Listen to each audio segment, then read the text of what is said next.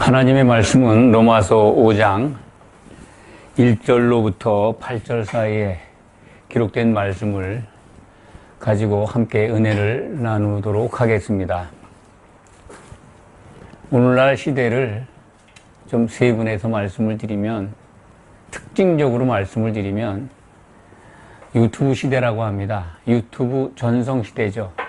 정보화 시대 가운데 그 정보화 시대의 중심에 서 있는 것이 유튜브인 것 같습니다. 어린 아이들로부터 노인에 이르기까지 유튜브를 통해서 많은 정보를 얻고 또 지식을 습득하고 그리고 많은 시간을 또 보내기도 합니다. 즐거움도 있고 뉴스를 보면서 빠른 정보 속에서 살아가는 어떤 흥미도 누릴 줄로 믿습니다. 너무나 빠른 정보들의 그 홍수 속에서 나이 드신 분들은 참 따라가기가 어렵다 하는 어려움도 있을 거라고 봅니다. 제 나이가 별로 많지는 않은데 저도 참 버겁습니다. 쏟아지는 뉴스 정보, 많은 지식의 홍수 속에서 그것을 따라가려는 건 참 힘들다 하는 생각을 합니다.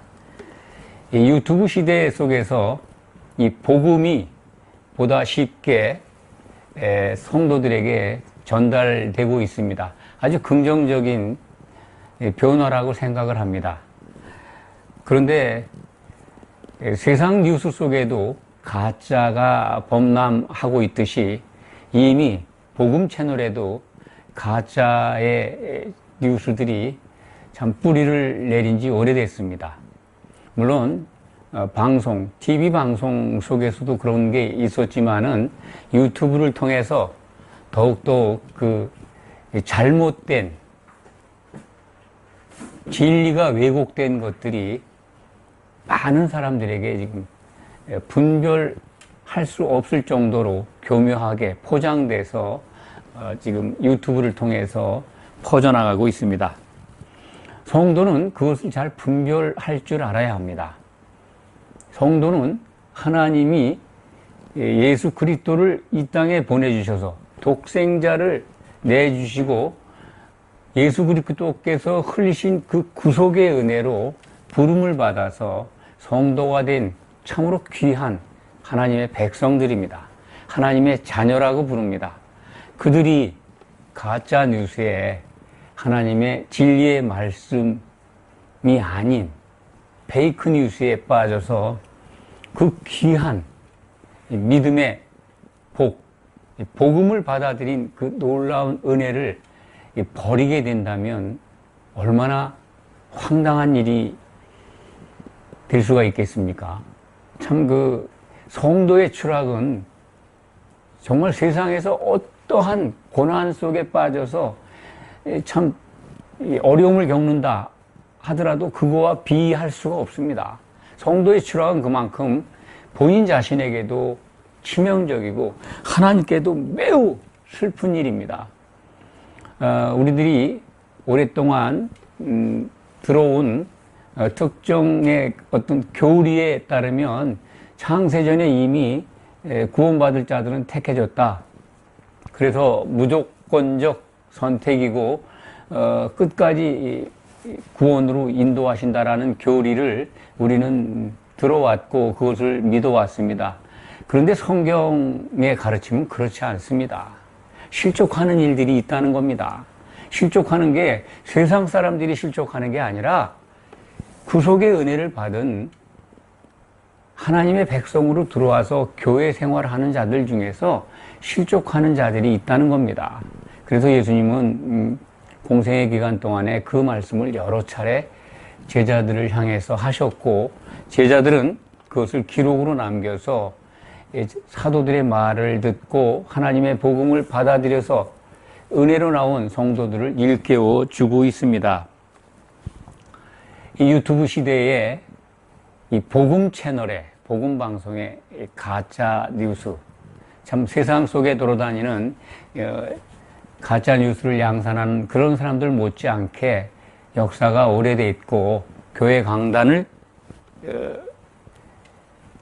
잡고 있는 지가 참 오래됐습니다. 그래서 그렇지 않다. 지금까지 여러분들이 들은 것이 그것이 잘못된 정보입니다라고 얘기를 하면 받아들이지 않습니다. 왜 그럴까요? 교회 강단에서 오랫동안 뿌리를 내린 가짜 진리에 익숙해져서 이미 성도들이 이 귀가 그것에 쏠려 있기 때문에 그렇습니다. 다른 것은 듣기 싫어해요. 진짜를 얘기해줘도 그것이 가짜라고 생각하고 있습니다. 무서운 겁니다. 오랜 전통이 낳은 것, 또 기독교 문화가 낳은 것들, 그런 것들의 부작용입니다. 아주 치명적인 거죠. 우리는 한 번 구원은 영원한 구원인데 무슨 말이냐, 실족이라는 게 어디 있느냐라고 반문하실 수도 있습니다. 그런데 성경은 그렇지 않지 않습니까? 예수님이 얼마나 자세하게 실족의 예를 들어서 말씀을 하셨고, 또 지옥에 던져진다라고 경고하셨는데, 그건 안 믿는 사람들에 대한 말씀이 아닙니다. 예수님을 믿게 된 자들이, 믿는 자들에게 실족하지 말라고 하는 경고의 말씀입니다. 오늘 말씀은 이 믿음에 대한 것으로부터 시작이 됩니다. 우리들은 지금 믿음, 그리스도의 믿음이죠. 그리스도께서 이루신 믿음으로 의롭다함을 받았습니다. 그래서 그리스도의 믿음을 받아들인 자들, 성도로서 교회에 들어온 겁니다. 의롭다라고 칭함을 받고 있습니다. 그런데 성경은 이제 잘못하면 실족한다는 거죠. 그런 것들이 예수님이 오실 때 심판하게 됩니다. 그리스도의 믿음에 대해서는 전에도 많이 말씀을 드렸습니다. 우리의 공로로 우리 믿음을 갖는 게 아니라, 믿음은 예수 그리스도께서 십자가에서 이루신 믿음이다. 그분이 하나님께 설득당해서 하나님의 뜻을 이루시기 위해서 이 사람이 되신 겁니다. 이 사람이 되셨다고 하는 거는 피를 가진, 몸을 가진 거잖아요. 몸을 가진 것, 피를 흘리기 위해서는 이 몸을 가져야 합니다. 하나님은 영이신데 몸을 가진 사람으로 오신 겁니다. 그것이 바로 하나님이 그리스도가 되시는 과정입니다. 하나님은 인간을 구원하기 위해서는 사람으로 그리스도가 되셔야 합니다. 그래서 피를 흘려야 우리를 구원하실 수가 있습니다. 인간이 죄에 빠져가지고 다른 방법이 없었습니다. 이것은 창세전에 계획하신 뜻입니다. 그래서 하나님이 그리스도가 되셔서 구속의 은혜로 우리를 그의 믿음으로 부르신 겁니다. 십자가에서 이루신, 헬라 말로는 그 믿음을 설득당한 것이다 라고 표현을 하는데, 이 하나님의 뜻을 이루시기 위해서 하나님이신 성자 예수께서 그 뜻을 이루시기 위해서 하나님의 계획을 온전하게 성취하시기 위해서 설득당한 모습으로 오신 겁니다. 그래서 설득이란 말을 헬라 사람들이 그 언어를 사용한 것 같습니다. 틀린 말이 아닙니다. 우리는 그 예수 그리스도의 구속의 은혜, 곧 하나님의 말씀에 설득당해서 그 복음을 듣고 성도가 됐습니다. 설득당한 믿음, 우리를 설득한 것은 본질적으로 그러니까 하나님의 말씀, 로고스입니다. 하나님의 논리죠. 그리스의 그 철학자 아리스토텔레스를 대부분 다 아실 겁니다. 유명한 철학자니까요. 그분이 이제 이 설득의 원리, 그 당시에는 이제 이 변증이라든지 사람들을 설득하는 일이 굉장히 중요한, 사람들 간의 관심사였습니다. 어떻게 하면 내 말을, 철학자들이 아주 범람했던 시대니까 내 말을 다른 사람들이 알아들을 수 있고 호응할 수 있게 설득하느냐, 그거에 대해서 연구를 많이 한 것 같습니다. 그래서 이 언어수사학이라는 말이 생겨났습니다. 그거 이제 시조가 아리스토텔레스입니다. 언어 수사학, 말을 통해서 사람을 설득하는 기술, 이 정도로 해석을 하면 맞을 겁니다. 수사라고 하는 말은 이제 뭐 사람들을 뭐 경찰이나 검찰이 불러서 조사한다는 그 수사가 아니라 그 닦을 숫자입니다. 닦을 숫자고 사는 말씀사입니다. 말씀이란. 그러니까 말을 닦고 꾸민다는 얘기죠. 상대를 설득하기 위해서 말을 닦고 꾸미는 학문. 이게 이제 수사학이죠. 굉장히 고대 그리스와 이 중세 시대까지 그 학문이 아주 각광을 받고, 유럽엔 굉장히 중요한 학문이었습니다. 요 근래에는 이제 광고 분야에서 상당히 그것을 주목하고 잘 활용하고 있다고 저는 생각을 합니다. 언어 수사학, 말을 통해서 다른 사람을 설득하는 학문, 설득하는 기술이죠. 그 기술을 이렇게 어떤 그 학문을 말할 때 아리스토텔레스는 이 로고스가 있어야 한다. 상대를 설득하는 방법에는 논리가 있어야 한다. 그 다음에 이제 파토스라는 말이 있습니다. 로고스, 파토스. 파토스는 상대의 감성을 자극할 줄 알아야 한다. 말로 감성적인 연설이나 웅변이 필요하다는 거죠. 감정을 활용해야 된다. 세 번째는 이제 에토스라고 합니다. 뭐 기억 안 하셔도 됩니다. 에토스라고 하는 거는 이제 어떤 기술이냐 하면은 말하는 사람이 좀 호감을 갖게 해야 한다는 거죠. 요즘 말로는 인기가 있어야 한다는 겁니다. 평판도 좋아야 되고 인기가 있어야 되는 거죠. 그 인기 있는 사람은 뭐든지 말을 하면 다른 사람들이 막 환호하잖아요. 복음 채널도 그렇습니다. 인기가 있고 유명해진 사람들은 정말 뭐 진리를 말하는지 가짜를 말하는지 그거 상관하지 않습니다. 그냥 환호하고 많이 몰려가고 뭐 클릭하고 그렇습니다. 뭐 유튜브 상에서는 클릭을 많이 그렇다고 클릭을 많이 하는 그러니까 인기 있는 분들이 다 로고스적인 논리가 아닌 뭐 가짜를 전달한다는 그런 뜻은 아닙니다. 그만큼 사람을 설득하는 기술 가운데 이 세 가지의 어떤 원리가 있었다. 그런 것으로 그 학문이 이렇게 체계화되었다 하는 것을 말씀드리는 겁니다. 사람을 설득하는 그 말의 기술, 그게 이제 언어 수사학인데, 교회 강단에 그런 것들이 필요할까요? 한번 생각해 보시기 바랍니다. 하나님의 말씀, 하나님의 논리를 하나님께서 사람들의 감성을 자극하거나 또는 하나님이 인기 있는 물론 능력과 권위가 있었지만은 사람들에게 환호받는 박수받는 그런 입장이 돼가지고 하나님의 말씀을 선포하셨습니까?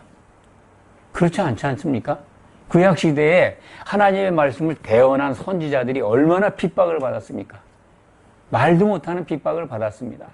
거짓 선지자들은 사람들이 듣기 좋은 것만 외치고 했지만은 진짜 하나님의 종들은 죽음을 무릅쓰고 하나님의 뜻만 전했습니다. 사람들에게 인기를 얻고 호감을 얻고 평판 좋은 사람으로 나타나는 것은 상상도 못했습니다.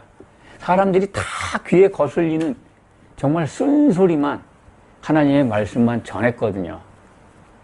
그래서 이 언어 수사학이 이 시대에 참 많은 분야에 적용이 되고 사람을 설득하는 방법으로 개인 간에도 그런 것들이 중요한 요소라고 생각을 합니다. 우선 논리적이어야 되고 두 번째는 그 사람이 어떤 것을 좋아하는지 그 사람의 감정을 자극해야 내 말이 심어질 거 아닙니까? 내 의견에 동조하고 또 내가 적어도 신뢰받는 신용이 있는 이걸 나가서 그것뿐만이 아니라 호감이 가고 평판이 높고 인기가 있는 유명한 사람이 되면 그 사람이 말하는 걸 다 듣지 않습니까? 그래서 지위가 높고 권세를 가진 사람들은 말하면 뉴스가 되고 그거에 대해서 굉장히 그런 한 말들이 영향을 미치지 않습니까? 그렇다고 해서 그것이 다 진짜냐? 그건 아니잖아요. 그건 사회적인 현상 속에서도 그런데 복음의 현장에서 복음이 전파되는 교회 강단에서 그런 언어 수사학적인 설교와 또는 여러 가지 이 복음 전달의 방법들이 그 언어 수사학적인 요소들이 적용이 돼야 하냐, 그런 것을 제가 지금 여러분들에게 말씀드리고 있는 겁니다. 그럴 필요가 저는 없다고 봅니다. 왜냐하면 하나님의 논리는 하나님의 논리로 충분합니다. 만약에 성도들이 그런 이 하나님의 논리를 듣는 귀가 있어서 듣는다면 그 사람이 갖고 있는 감정이나 감성적인 요소 또는 뭐 물론 영향은 있겠지만은 또 그것을 대연하는 사람들의 평판이나 인기나 호감 이런 거에 좌우해서는 안 된다고 봅니다. 그래야 맞습니다. 하나님의 논리는 하나님의 논리, 그 말씀 그 자체로 능력이 있는 것이고 그것이 우리에겐 좋은 뉴스고 그리고 우리의 생명을 살리는 겁니다. 교회 강단에서 너무 이 논리는 점점 줄어들고 성도들이 좋아하는 그들 귀에 익숙한 것만 쏟아내고 또 그것을 위해서 그들이 좋아하는 것을 말함으로써 또한 뭐라 그럴까요? 기브 앤드 테이크 같은 방식에 의해서 그런 것을 계속해서 주기적으로 하니까 인기가 올라가는, 인지도가 올라가고 평판이 올라가고 그래서 영향력 있는 사람이 되는, 그래서 설득하는데 다수의 성도들을 교회에 들어온 사람들에게 박수를 받고 환호를 받고 인기를 얻는 그러한 흐름으로 나가고 있지 않나 그렇게 생각을 합니다. 지금은 이 교회 강단이 하나님의 논리보다는 교회에 모인 성도들의 감성을 자극하고 웅변과 어떤 연설적인 말의 기법을 통해서 박수를 받고 그걸 통해서 인기를 얻어야 목회를 잘하는 걸로, 다 그런 건 아닙니다만 참 그러한 모습들을 우리는 너무나 쉽게 발견하게 됩니다. 논리가 없으니까 그들이 말하는 내용은 뭘까요? 가짜이거나 복음과는 아무 상관없는 것들입니다. 근데 그런 거에 너무 익숙해 있다는 거죠. 교회 강단은요, 말의 수사학, 언어 수사학이 적용돼서는 안 되는 곳입니다. 물론 전혀 배제할 수는 없지만은 그거에 너무 빠지면은 성도들이 치명적인 피해를 입습니다. 회복할 수가 없습니다. 하나님의 논리는요, 하나님의 말씀은 선지자들이 그대로 받은 그대로 선포했듯이 이 시대의 교회 강단에 선 설교자들은 그것을 따라야 합니다. 하나님의 뜻과 목적에 부합하는 설교를 해야 합니다. 하나님의 논리에서 벗어나면 안 됩니다. 이 하나님의 말씀을 전하는 자들이 성경적이지 않은 것을 말할 때에는 굉장히 심사숙고해야 합니다. 성경적이지 않은 건 해서는 안 되죠. 절대로 해서는 안 됩니다. 우리가 가장 중요한 거는 강단에 서 있는 목사들이 성도들에게 소망을 줘야 한다는 겁니다.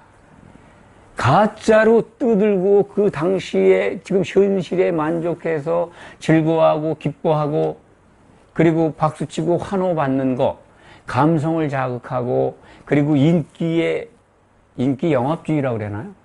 인기만을 바라보는 에토스적 언어수사, 이것이 범람해서는 안 됩니다. 그것을 너무 자주 하면 안 됩니다.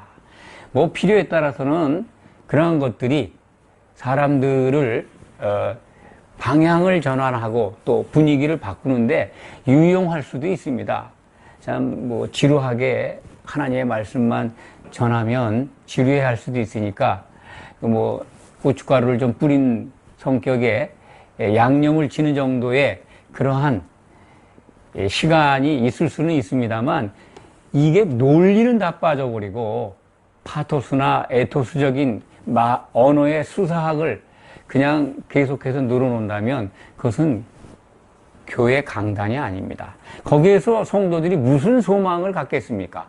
현실 기복적인 이 세상에서의 소망은 짧은 소망이죠. 그것을 바라보고 기뻐할 수는 있을지도 모르지만 성경이 말씀하는 성도들의 소망은 그게 아니지 않습니까? 오늘 로마서에 기록되어 있는 우리에게 주신 소망, 5절에 보면 소망이 우리를 부끄럽게 하지 아니한다. 성도는 소망을 바라볼 때 우리는 정말 이 소망, 참된 소망을 우리가 확신하고 바라볼 때 성도는 기쁨을 갖게 되고 안심하게 되고 평화를 갖게 되고 정말 참된 실학과 평강을 누리게 됩니다. 오늘 말씀을 보면은 믿음으로 의롭다 함을 받았으니 그리스도로 말미암아 하나님과 화평을 누리자. 하나님과 이제 화해가 된 거 아니겠습니까? 하나님 반대편에 서서 하나님을 아프게 했던 그런 삶에서 그리스도의 구속의 은혜로 의롭다함을 받아서 이제 하나님을 향해 나왔으니까 화평이 이루어진 겁니다. 그래서 우리는 그 구속의 은혜 가운데 들어와서 하나님의 영광이 나타남을 바라보고 즐거워합니다. 그러한 그 하나님의 영광을 바라보고 즐거워하는 데는 능력이 나타나요. 환난 중에 있다 하더라도 환난은 인내를 갖게 하고 인내는 연단은 소망을 이루게 한다는 겁니다. 세상에 어떤 환난이 있다 하더라도 성도는 이겨낼 수 있다는 겁니다. 그런데 성도라고 불리는 사람들이 이 세상 속에 사는 삶에 그 무게에 눌려서 자기 생명을 죽이는, 스스로 끊는 극단적인 선택이라 그러죠. 요즘은 자살이라는 표현을 안 씁니다. 그런 분들이 뉴스를 통해서 우리는 간간히 접합니다. 그분들이 성도였다는 거예요. 하나님의 복음을 듣고 있었고 교회에 잘 출석하고 있었고 성경을 열심히 봤던 것. 근데 그분들이 겪고 있는 현실의 어려움, 그것을 못 이겨서 자기 몸을 스스로 끊는, 자기를 죽이는 살인이죠. 성경을 올바로 그들이 속한 교회의 강단에서 하나님의 논리를 자세히 알려주었다면, 올바로 가르쳐 줬다면 그런 일들은 막을 수 있지 않겠습니까? 물론 자기 생명을 스스로 끊는 거는 먼저 1차적으로 본인에게 그 책임이 있지만은 어떤 면에서 보면 성도로 부름받은 위치에 있었다면 교회의 강단도 책임이 있습니다.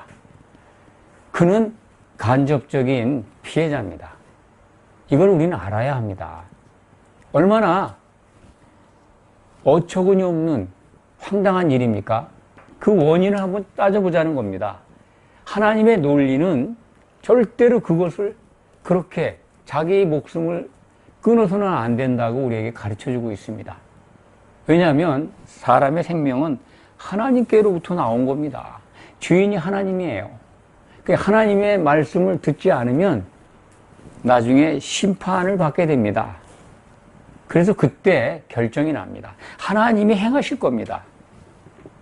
우리 육체를 주시고 목숨을 주셨는데 그것은 우리가 이 땅에서 그 주어진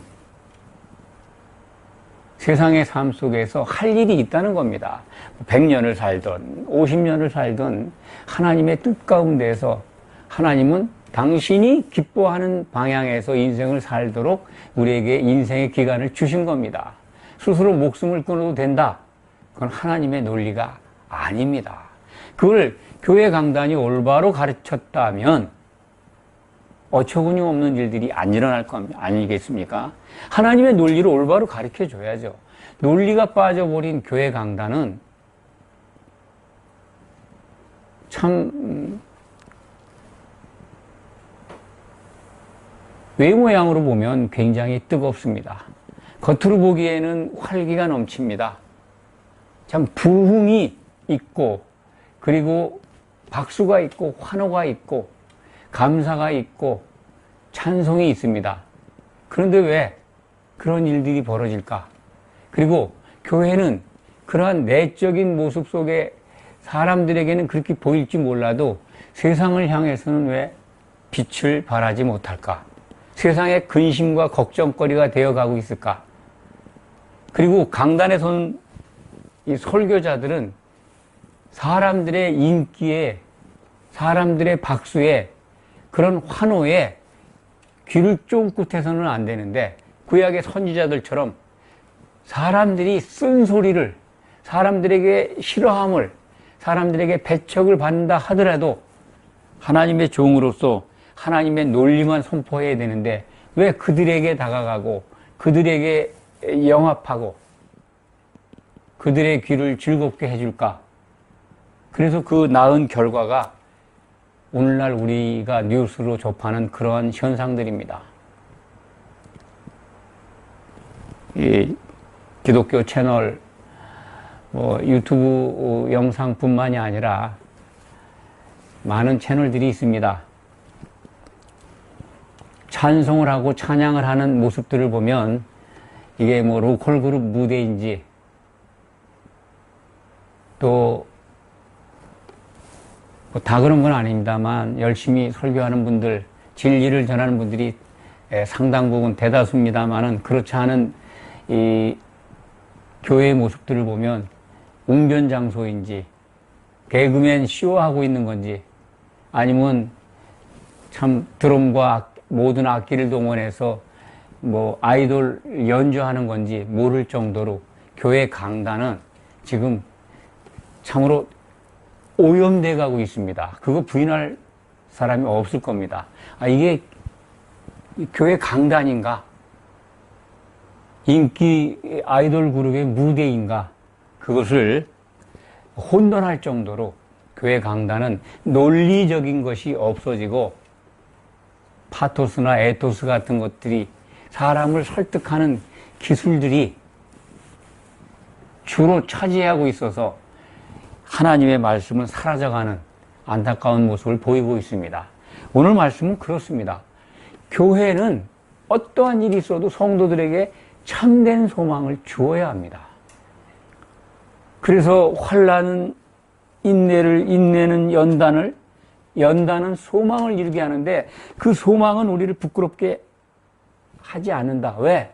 하나님께서 교회를 통해서 성령을 통해서 우리에게 하나님의 사랑을, 하나님의 마음을, 하나님 속에 있는 그 사랑을 부어주셨다는 거예요.